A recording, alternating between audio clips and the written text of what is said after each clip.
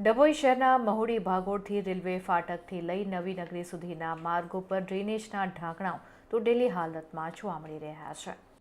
શહેરના મહુડી ભાગોળ રેલવે ફાટકથી લઈને નવી નગરી સુધીના મુખ્ય માર્ગો પર ડ્રેનેજના ઢાંકણાઓ તૂટી ગયા છે.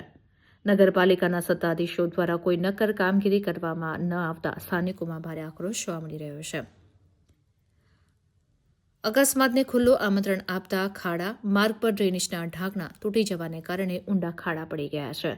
અહીંથી પસાર થતા 2 વ્હીલર અને 4 વ્હીલર ચાલકોને ગાડી ચલાવવામાં ભારે મુશ્કેલી પડી રહી છે.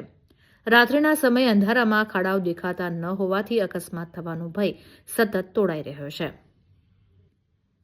ત્યારે નગરજનોની મુખ્ય માંગણીઓ છે કે તૂટેલા અને બેસી ગયેલા ડ્રેનેજના ઢાંકણાઓનું તાત્કાલિક રિપેરિંગ કરવામાં આવે અને જરૂર જણાય ત્યાં તાત્કાલિક નવા મજબૂત ઢાંકણા નાખવામાં આવે. કોઈ મોટી દુર્ઘટના સર્જાય તે પહેલાં આ ગંભીર સમસ્યાનું નિરાકરણ લાવવામાં આવે. જો વહેલી તકે કામગીરી નહીં થાય તો આગામી સમયમાં ઉગ્ર આંદોલનની પણ ચીમકી સ્થાનિક રહીશો દ્વારા ઉચ્ચારવામાં આવી છે.